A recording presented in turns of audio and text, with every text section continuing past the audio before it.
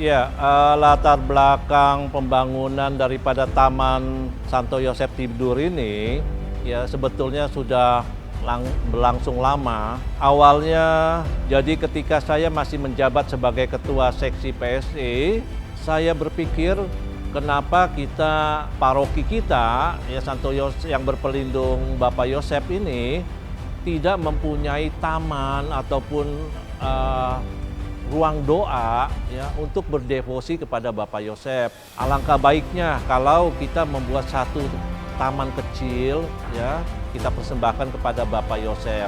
Ada satu patung Santo Yosef yang dipersembahkan oleh seorang Pak Haji gitu kan.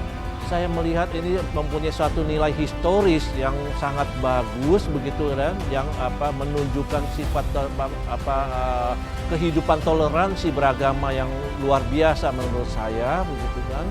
Dalam satu perayaan peringatan tentang Santo Yosef di gereja kita yang dihadiri oleh Bapak Uskup ya.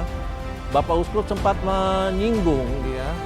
Seingat saya sekurang-kurangnya 2 kali Bapak Uskup menyinggung masalah patung Santo Yosef Tidur begitu. Pada saat kunjungan Bapak Yosef, Bapak Uskup, saya yang menemani ya, dan Bapak Uskup sempat bertanya, ada berapa patung Santo Yosef di sini? Dan saya tunjukkan gitu kan, ada beberapa gitu kan.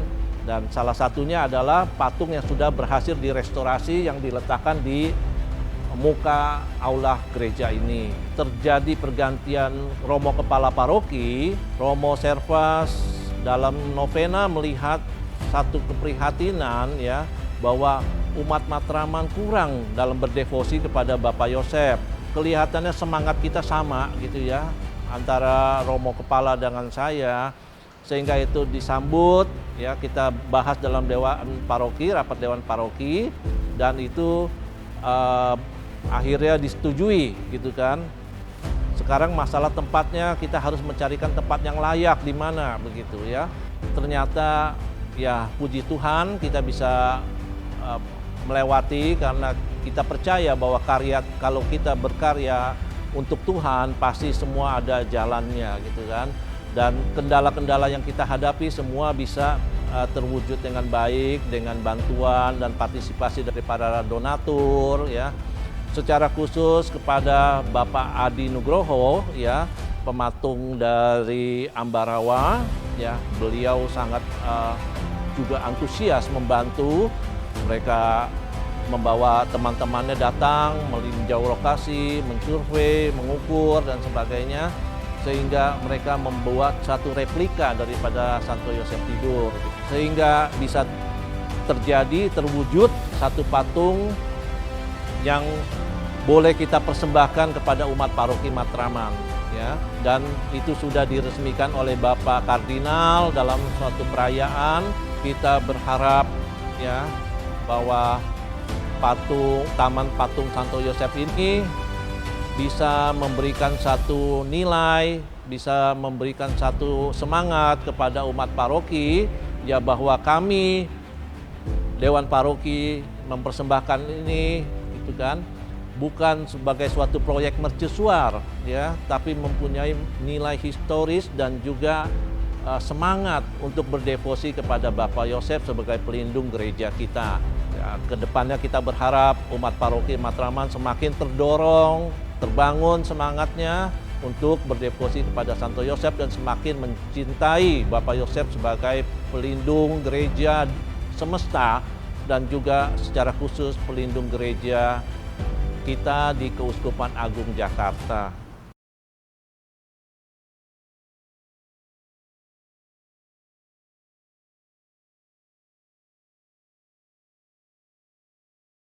Baik, sebagai seorang legioner yang berdevosi pada Santa Maria, maka keberadaan Santo Yosef Tidur ini juga sangat membantu kami semua untuk berdevosi kepada Santo Yosef. Bagi Legio Maria, Santo Yosef adalah sosok yang sangat dekat sekali dengan Legio Maria. Mengapa? Karena dalam buku pegangan Legio Maria, ini buku pegangannya, dan di dalam paroki Santo Yosef, satu-satunya seksi kategorial yang mempunyai buku pegangan adalah Legio Maria. Tidak tanggung-tanggung, 390 halaman tebalnya. Jadi Santo Yosef sosok yang sangat dekat sekali karena pertama Santo Yosef bagi Legio Maria adalah pelindung Legio Maria. Ini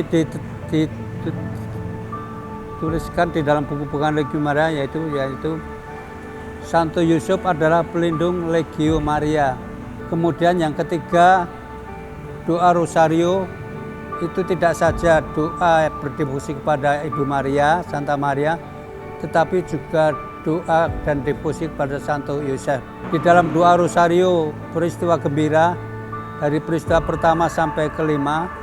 Peristiwa pertama itu Maria menerima kabar dari malaikat Gabriel. Kedua, Maria mengunjungi Elizabeth saudarinya. Dan ketiga, Yesus dilahirkan di kandang Bethlehem. Yang keempat, Yesus dipersembahkan dalam bait Allah. Lalu yang kelima, Yesus diketemukan dalam bait Allah. Peristiwa gembira ini dari pertama sampai kelima itu adalah merupakan pergumulan batin dari Santo Yosef yang mendampingi dan melindungi Santa Maria dan sekaligus membesarkan Yesus. Ini banyak yang tidak disadari oleh umat Katolik bahwa doa Rosario itu tidak saja doa kepada devosi pada Santa Maria, tetapi juga doa kepada Santo Yosef sendiri. Di dalam peristiwa pertama Maria menerima kabar dari malaikat Gabriel, ketika Maria mengatakan kepada Yosef bahwa ia sudah hamil, apa reaksinya Santo Yosef? Tentu saja sangat terkejut. Dia sangat marah sekali, dia kecewa dan tidak menyangka bahwa Maria, gadis desa yang begitu lugu dan sederhana itu, ternyata selingkuh di belakangnya. Akumulasi dari kemarahan dan kekecewaan Yosef ini mendorong Yosef untuk berusaha menceraikan Maria secara diam-diam. Tetapi apa yang terjadi di dalam mimpi, malaikat berkata kepada Yosef, Yusuf, jangan takut mengambil Maria sebagai istrimu karena anak yang dikandungnya adalah dari Roh Kudus. Ia akan melahirkan seorang anak laki-laki dan kau harus menamai dia Yesus. Dan Yusuf yang mendengarkan itu percaya bahwa itu adalah firman Tuhan dan dia melakukannya. Ini adalah pergumulan batin yang luar biasa dari Yusuf pada Maria. Kemudian dalam peristiwa kedua, Maria mengunjungi Elizabeth. Tidak disebutkan di dalam kitab suci bahwa Maria itu didampingi oleh Yusuf, tetapi sebagai suaminya saya percaya Yusuf akan mendampingi Maria ketika mengunjungi Elizabeth. Kemudian dalam peristiwa yang ketiga, Yesus dilahirkan di kandang Bethlehem sebagai seorang bapak kepala keluarga. Yusuf tentu saja sangat kecewa sekali dan sangat terpukul hatinya melihat bahwa anaknya itu dilahirkan di kandang Bethlehem. Kemudian dalam peristiwa yang keempat, Yesus dipersembahkan di dalam bait Allah. Itu menandakan bahwa Yosef adalah seorang yang sangat taat kepada hukum Taurat. Lalu yang kelima, ketika Yesus diketemukan dalam bait Allah, Yusuf tentu saja seharusnya Yusuf yang marah bukan Maria ya. Tetapi dalam kitab suci Maria yang menegur Yesus, padahal seharusnya Yusuf yang menegur Yesus yang tertinggal di bait Allah. Jadi itulah sosok legioner bagi Yusuf, bahwa Yusuf adalah seorang yang sangat dekat sekali.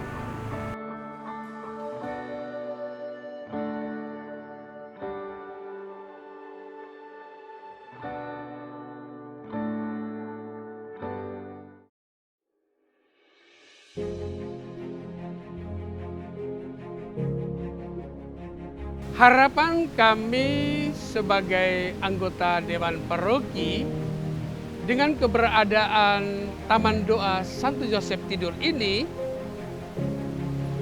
kami menginginkan agar umat semakin meningkatkan devosinya kepada Santo Yosef. Memang setiap tahun kita melaksanakan devosi kepada Santo Yosef, tapi ini sesuatu yang sangat baru, yakni Santo Yosef Tidur. Karena itu kami meningkatkan upaya devosi umat ini dengan membentuk atau membuat sebuah taman doa Santo Yosef Tidur. Ini sangat baik bagi umat supaya segala kegelisahan dirinya, kesusahannya, dia bisa datang kepada Santo Yosef Tidur dan meletakkan harapannya agar Santo Yosef yang tidur itu bisa membawa harapan itu dalam doanya. Itulah harapan kami, semoga ke depan umat Paroki Santo Yosef Matraman semakin banyak yang datang berdevosi di Taman Doa ini. Itulah harapan kami. Dengan keberadaan Taman Doa Santo Yosef Tidur ini, saya sebagai wakil DPH sangat optimis. Karena ini sesuatu yang sangat-sangat bagus, sangat-sangat menarik. Bagaimana umat semakin meningkatkan devosinya kepada Santo Yosef, dan kita menginginkan ke depannya menjadi tempat destinasi wisata bagi umat-umat yang berada di luar paroki kita. Karena ini sesuatu yang baru. Karena itu harapan kita ke depan, taman ini kita semakin mengelolanya dengan baik. Umat-umat di paroki kita harus tingkatkan kegiatan-kegiatannya yang bersifat devosional kepada Santo Yosef, sehingga membuka ruang kepada publik bahwa di Matraman ini mempunyai tempat yang sangat-sangat baik untuk berdevosi kepada Santo Yosef.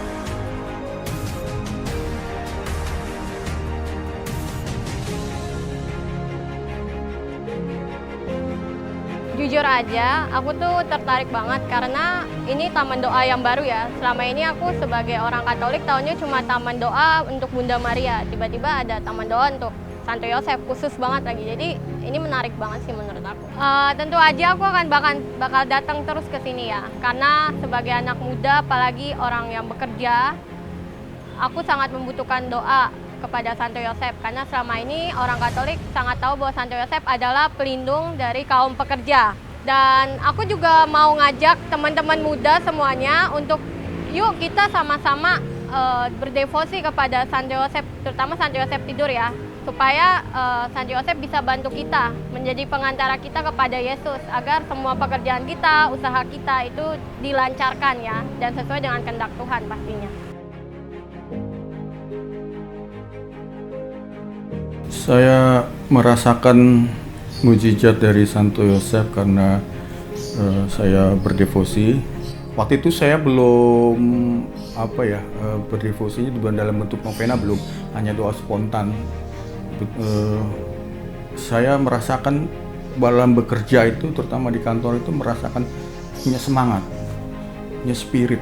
Wah, Santo Yosef ini memberikan semangat, memberikan gairah bekerja di kantor itu dengan baik.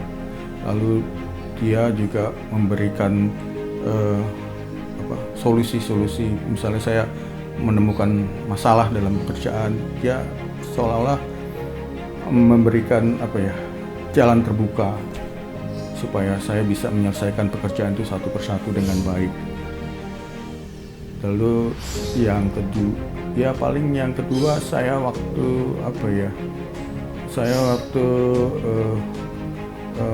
mau menikah, saya lupa waktu itu saya minta kepada dia supaya dilancarkan proses sakramen perkawinan saya sehingga bisa selesai dengan baik. Saya terus terang baru satu di paroki Matraman.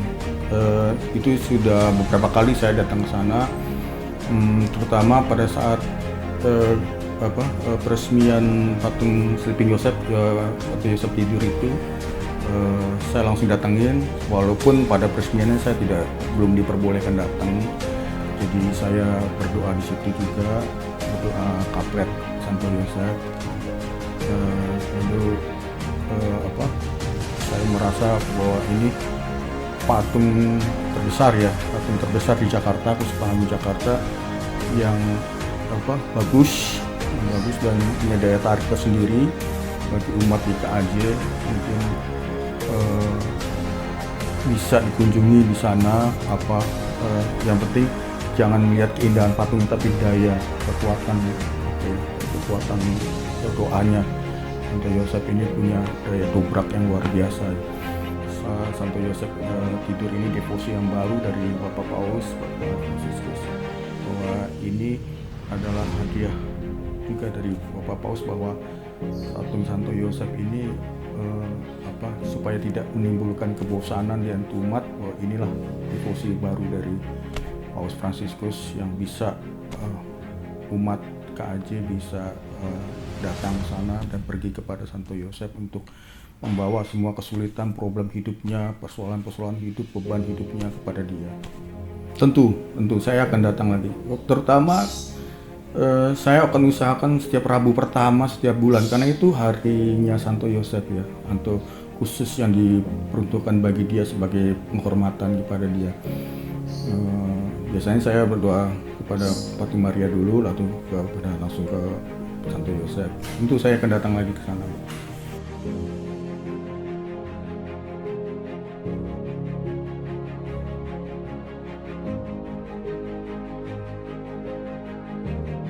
Ada orang bertanya kepada saya, bagaimana praktek devosi dalam gereja Katolik? Memang gereja Katolik menghidupi devosi, dan devosi itu dihayati oleh orang-orang Katolik, dan itu tidak bertentangan sama sekali dengan kitab suci. Karena sekali lagi apa yang dihidupi dan diajarkan dalam gereja Katolik itu semuanya berdasarkan atau keluar dari sumber utama, yakni kitab suci. Salah satu devosi yakni devosi kepada Santo Yosef. Kalau saya boleh membandingkan devosi Santo Yosef kepada Santo Yosef, itu masih kalah dalam tanda petik kalau dibandingkan dengan devosi kepada Bunda Maria atau salah satu orang kudus lainnya. Saya boleh sebutkan di sini Santo Antonius dari Padua. Memang sepertinya orang-orang Katolik lebih berminat untuk berdevosi kepada Bunda Maria melebihi devosi kepada Santo Yosef. Bahkan boleh saya katakan juga seperti yang saya sebutkan tadi, devosi kepada Santo Antonius dari Padua, pengamatan saya secara pribadi, itu jauh melampaui devosi orang-orang Katolik kepada Santo Yosef. Padahal menurut penghayatan, dan saya kira itu menjadi penghayatan gereja universal, Santo Yosef melebihi orang kudus yang lain. Tentu boleh kita katakan sesudah Bunda Maria. Tetapi mengapa kelihatan dalam kehidupan sebagai orang Katolik, devosi kepada Santo Yosef tidak sehebat devosi kepada Bunda Maria dan Santo Antonius dari Padua? Tetapi tidak apa-apa. Itu namanya dinamika dalam kehidupan beriman sebagai orang Katolik. Maka tahun-tahun terakhir, kalau saya tidak keliru pada tahun 2020, Paus mencanangkan tahun Santo Yosef. Nah, devosi kepada Santo Yosef, lebih lagi yang terakhir ini, Santo Yosef yang tidur. Paus punya alasan mengapa orang mesti berdevosi kepada Santo Yosef, dan lebih lagi berdevosi kepada Santo Yosef tidur. Kalau kita melihat sedikit sejarah tentang devosi yang mulai saat ini mulai dikembangkan dan dihidupi oleh orang-orang Katolik, devosi kepada Santo Yosef tidur itu berangkat dari Paus sebagai salah satu dari sekian banyak Paus yang masuk dalam magisterium gereja ketika dalam pertemuan dengan keluarga-keluarga Katolik di Filipina tahun 2015. Paus mengangkat tema tentang Santo Yosef dan apa yang Paus sendiri secara pribadi hayati, berdevosi kepada Santo Yosef dan Santo Yosef tidur. Beliau mengatakan Santo Yosef tidur atau Santo Yosef secara umum adalah orang yang juga seperti Bunda Maria dipilih oleh Allah. Dan Paus Fransiskus mempunyai devosi yang sangat mendalam kepada Santo Yosef, secara khusus Santo Yosef tidur. Nah, kita lihat devosi kepada Santo Yosef tidur itu hal baru untuk orang Katolik secara umum, juga termasuk orang Katolik di Indonesia. Tetapi apa yang disampaikan oleh Paus Fransiskus sebagai pimpinan gereja Katolik universal, maka mau tidak mau harus diikuti oleh gereja Katolik. Oleh karena itu, ada beberapa tempat berpelindungkan paroki-paroki, misalnya di Keuskupan Agung Jakarta ini yang berpelindungkan Santo Yosef. Sedang bergiat juga untuk menumbuhkan, memulai pertama membangun taman doa Santo Yosef Tidur, dan dalam prosesnya mempersiapkan doa-doa yang berkenan dengan devosi kepada Santo Yosef Tidur. Yang saya tahu, di Keuskupan Agung Jakarta ini ada taman doa Santo Yosef Tidur yang berada di Paroki Matraman, Gereja Katolik Santo Yosef, Jalan Matraman Raya nomor 127. Saudara, mari kita terus menumbuhkan atau memulai devosi kita kepada Santo Santa sebagaimana yang kita terima sebagai sebuah warisan dalam gereja Katolik. Lebih lagi, mari kita memulai berdevosi kepada Santo Yosef, mesti melampaui devosi kita kepada Santo-Santa yang lain selain Bunda Maria. Lebih lagi, mari kita mulai berdevosi kepada Santo Yosef Tidur. Kita bawa impian kita bawa persoalan kita, dan minta semoga Santo Yosef dalam tidurnya menjawab persoalan-persoalan kita dan menyelesaikan persoalan-persoalan kita, karena Tuhan yang mendampingi dan menyertai beliau.